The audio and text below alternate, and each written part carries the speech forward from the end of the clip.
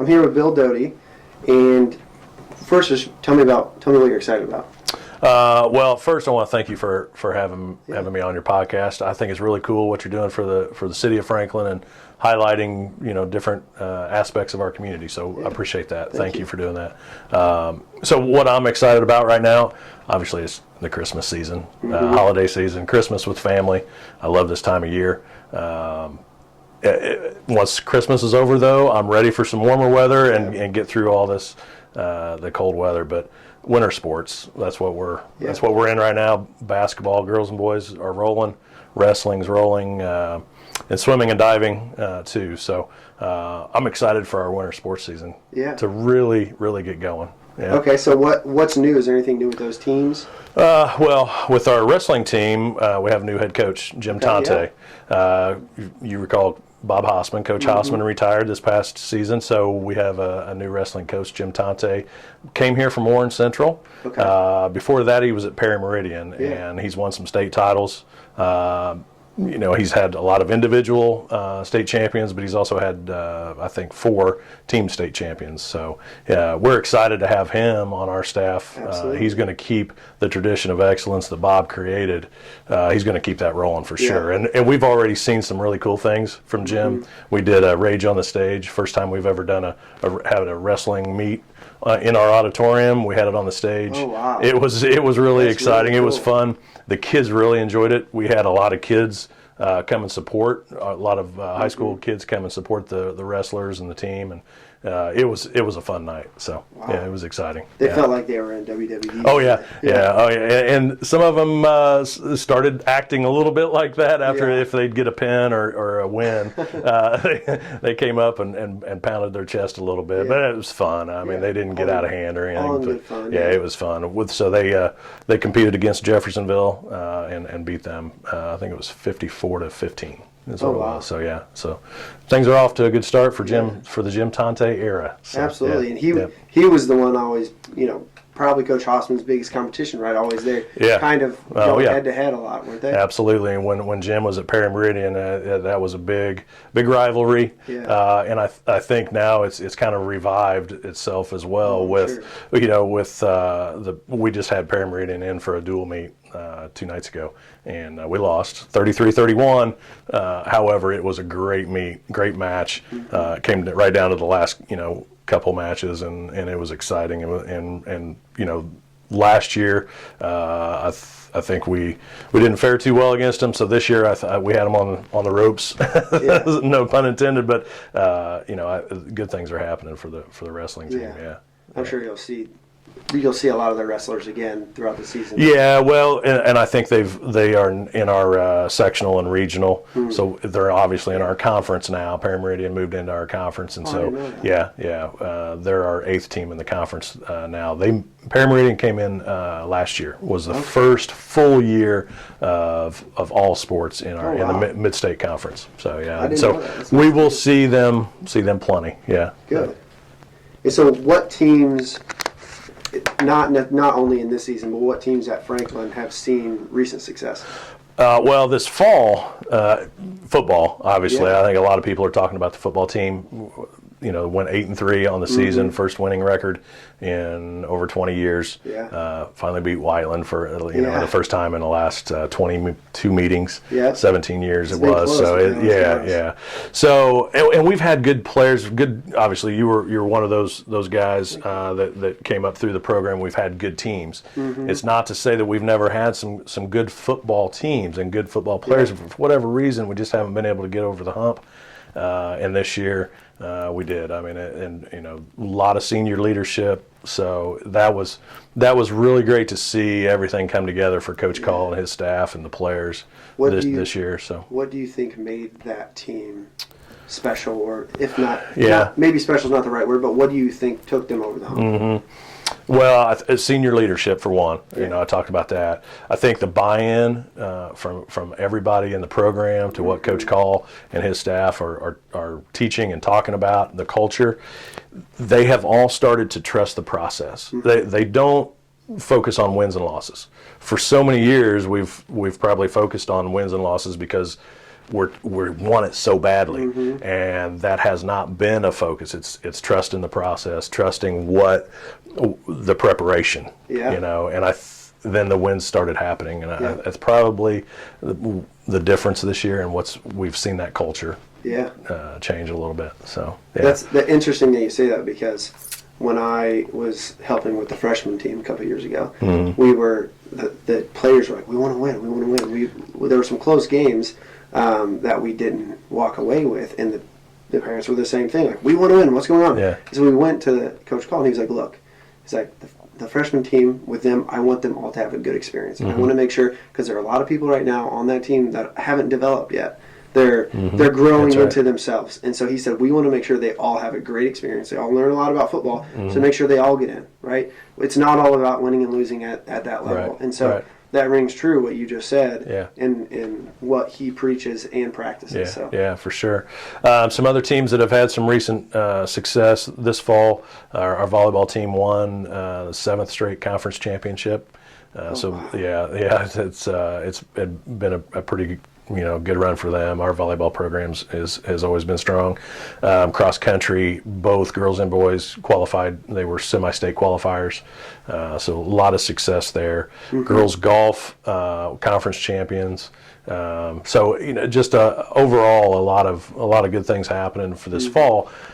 In the long term, over the past several years, you're talking cross country, wrestling, swimming coming up. Obviously, we've been talking fall sports, but swimming has been a dominant force in the county and conference, and even at the state. Yeah. So there's a lot of good things, a lot of good athletes, a lot of good programs at the high school, and we're having a lot of success. We just this past year, the girls won the all-conference trophy. First time in 18 years that Plainfield didn't win it. Wow. So we're excited about that. So the girls currently hold the Mid-State All-Conference trophy, and then the boys and girls combined, Franklin, we won the Mid-State Conference all sports trophy. So so it's very excited. We just got to keep that momentum, keep everything rolling, and I think obviously with the staff that we have, all the coaches. There's no doubt about that. We'll keep it rolling. So with the balance across the board in all the sports, do you see a lot of multi-sport athletes, or you see people turning to stick with one sport? I think we definitely have multi-sport athletes, but I think there's a lot of things have happened where it's when you were in school, and even back in my day, when people talked about multi-sport athletes, everybody talked about the 3-sport athlete. Yeah. The 3-sport athlete is rare now. Yeah. 2 sports, still multi-sport. I get that, but that's more common than the 3-sport athlete. Yeah. It's so difficult to be competitive in 3 sports because everything is almost year-round. Oh, yeah. Whether you're playing in a club or your travel team or AAU, whatever it may be, plus your high school team, there's so much. There's so much to do, so many places to play, practices to go to, and all this. So we do have several multi-sport athletes, but probably on the 2-sport scene. But we're starting to see kids specialize too. Yeah. Do you see that more at an earlier age now? Are parents starting to push that, or is it a student athlete? Yeah, I think it's probably at the earlier age, you're really starting to see kids specialize more. In their sport that they love or they see early success at, right? The great athletes, the freak athletes, are always going to participate in a lot of different sports. Yeah. Like Ethan Pfeiffer, state qualifier in 3 of them.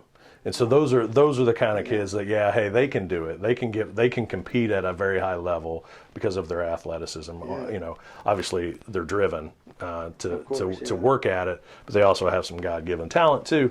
Yeah.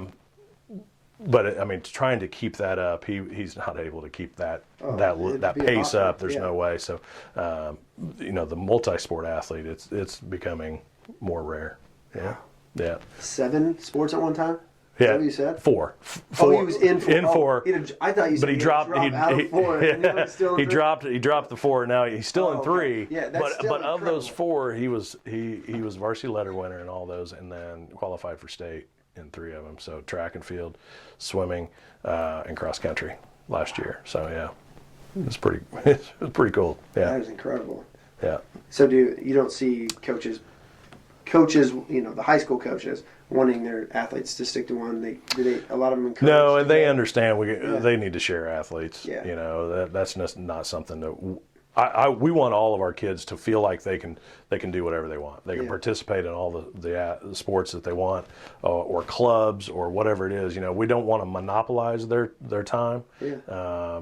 Obviously, coaches are going to, it's their sport, and if it's in season, hey, it's time to get rolling and to be all in when it's that season. But they understand in a school our size, yes, we're 5A football, but we're not that big of a 5A school. One of the smaller ones. Right? One of the smaller ones that we don't have to share athletes. Every coach knows that we have to share athletes, and be okay with that, right? And make it so that make accommodations for that. So yeah, and they do a good job of that. Good. Yeah. So what's the mission for the whole athletic department and for the students? Well, I tell you, Dr. Clendenning, our superintendent, I don't know if you know Dr. Clendenning, he has set and cast a vision for experiences. We want our students at Franklin schools to have a lot of opportunities, have a lot of experiences available to them. And so that's really the mission and vision. Yeah. And so the athletic department shares in that. And so, but my job is to make sure that those experiences are great experiences. Absolutely. It's their high school experience. And so we want them to remember that as a great experience. So that's really the vision, the mission overall.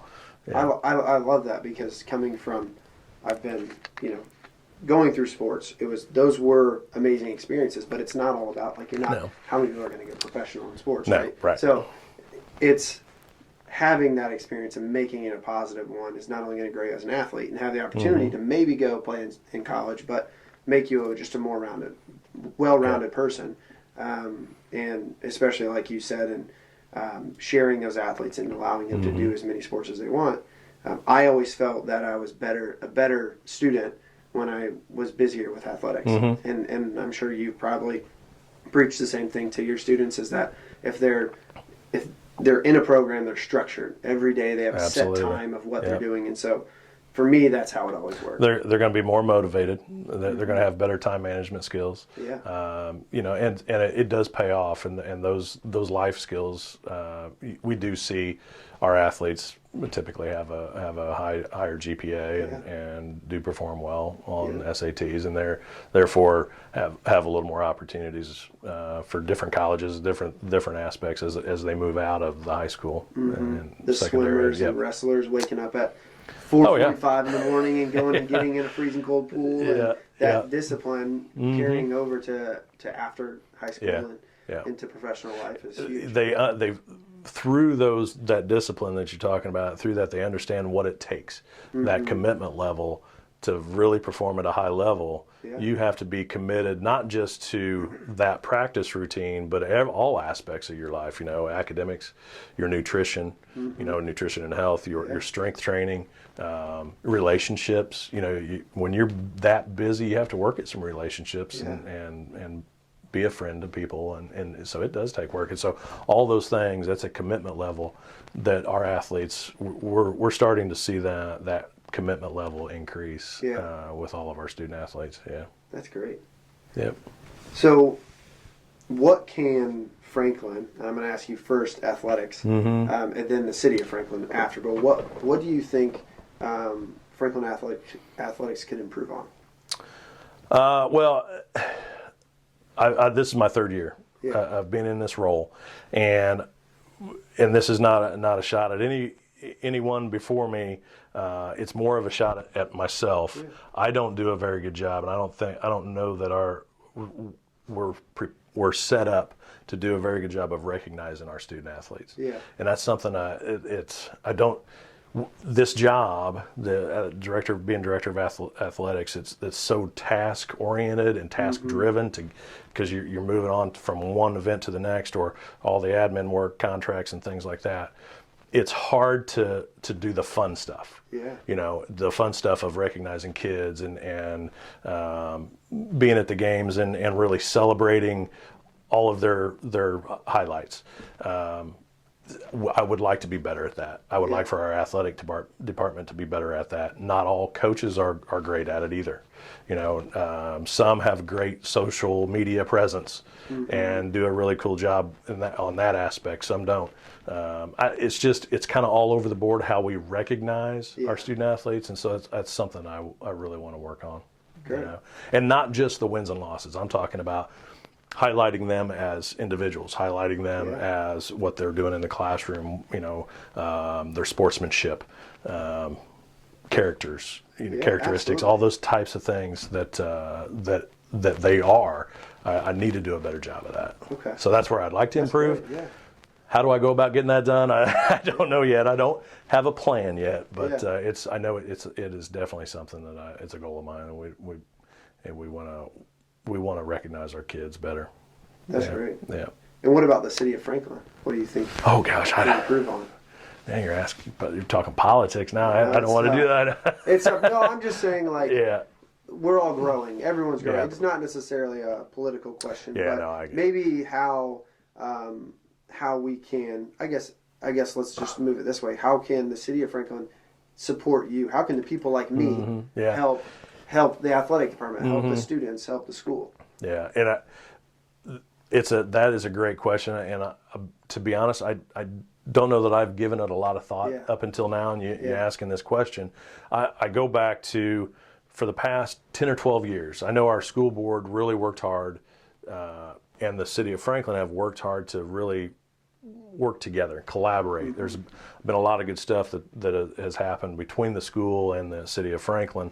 They already see donated money for Chromebooks and a lot of safety features in our high schools and SROs and things like that. All the safe routes to schools, like all the work that was done out in front of the old high school or middle school. I keep calling it the old high school. I call it.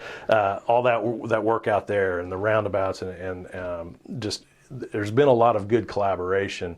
And I think that's probably just it. Just continue that. As far as support, Hubler Automotive Group, they came on and provided a great sponsorship for the athletic department. Not everybody can do that, and I understand that. From a financial support standpoint, but that just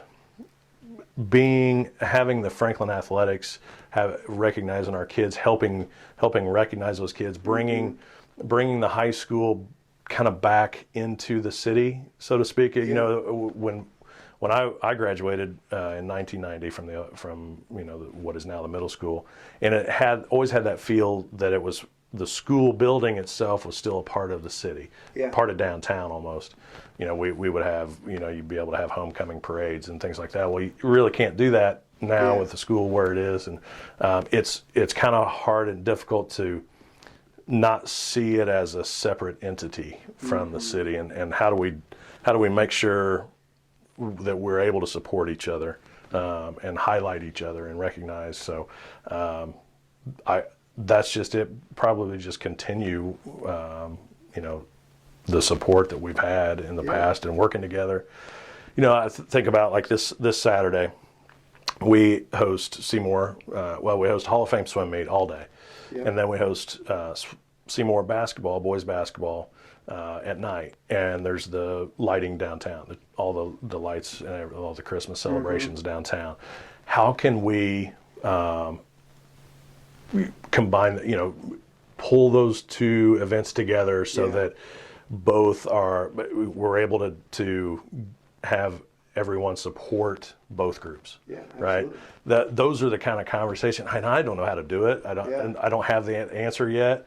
It's just something that's kind of been on my mind as I took this role. It's like, man, we have a lot of stuff that we want people to come and see our kids see our athletes perform, or tonight and tomorrow we want people to come to the choir concert, Christmas concert, and so how can we get people to come to everything, all at the same time, and it's hard, I know, but that would probably be something, is just continue to come out, support us. Yeah. Come see a game. Sometimes it's an easy simple solution, but just come see a game, whatever that may be. Yeah. Good. What do you think is special about Franklin? People. The people. Yeah. The community itself, but it's all about the people. I mean, everybody. A lot of people come back to live here, and they've graduated high school here and gone on to college, but it seems somehow this place kind of pulls people back home. And it's growing too. It is growing. The downtown, the feel of that, it's moving back to downtown, almost like people were going away and there wasn't a whole lot there. Now everyone's going back to that downtown center. Yeah, I love and it started. Mayor Barnett's doing a great job of keeping things going. I know Joe McGinnis, when he was mayor, started some things, and things have been rolling for quite some time, and it's just fun. The atmosphere, the culture, everything, the vibe downtown Franklin it's really neat. It's a neat place for people to come and either live, work, play, whatever it is, visit.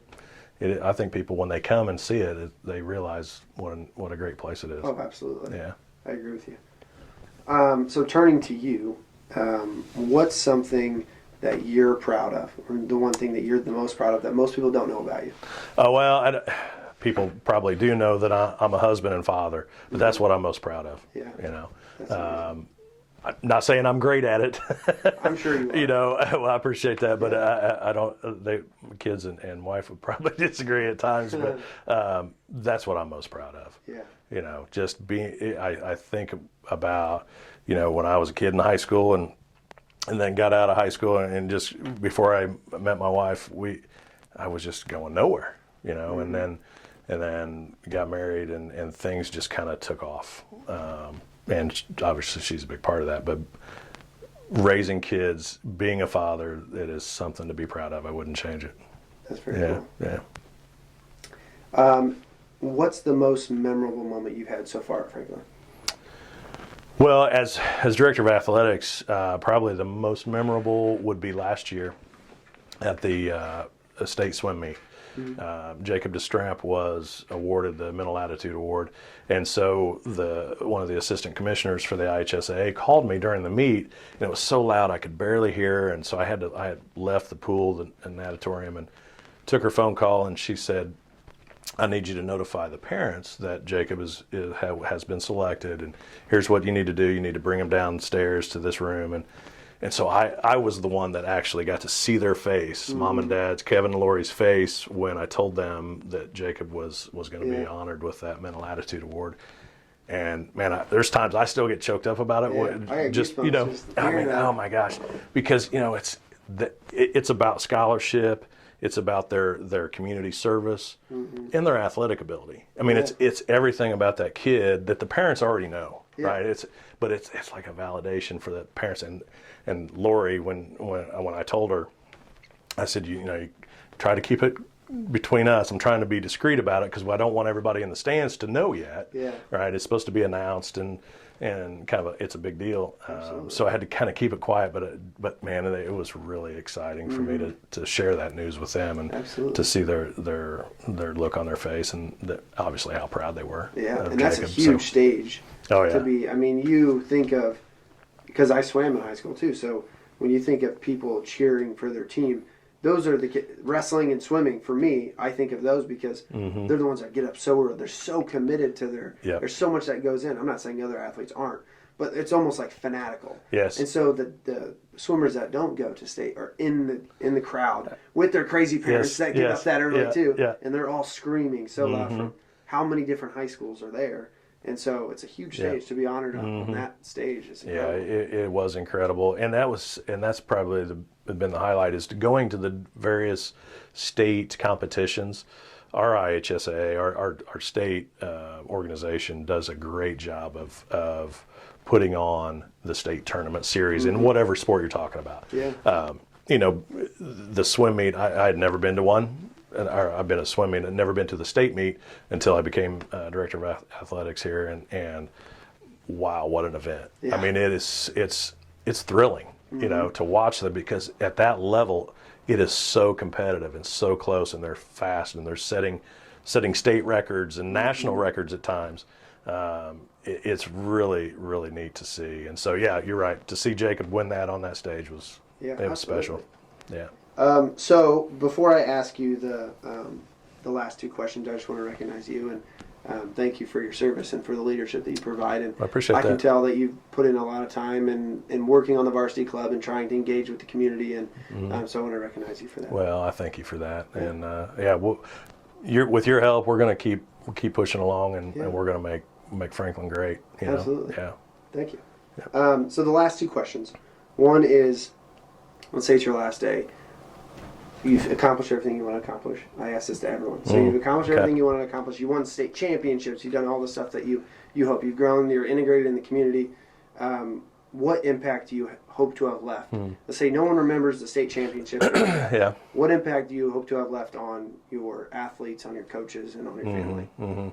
Well, I hope that any kid that graduates from Franklin can look back on their high school days and look back on them with fondness. You know, like, gosh, I really enjoyed high school. High school was my experience there was great, and here's why. And hopefully those kids that were student athletes can think, God, it's because our athletic, my coaches and the athletic department supported me. That's probably what I just want them to remember. That not necessarily remember me personally, but the feel like they knew they were cared about. Yeah. You know, that's probably it. I hope their experience is great, and I hope they can look back on it with fondness and know they were cared about. Yeah. And what about your kids? What do you hope? What impact do you hope you have on your kids? A work ethic. I hope they can, as I feel like I've learned from my father.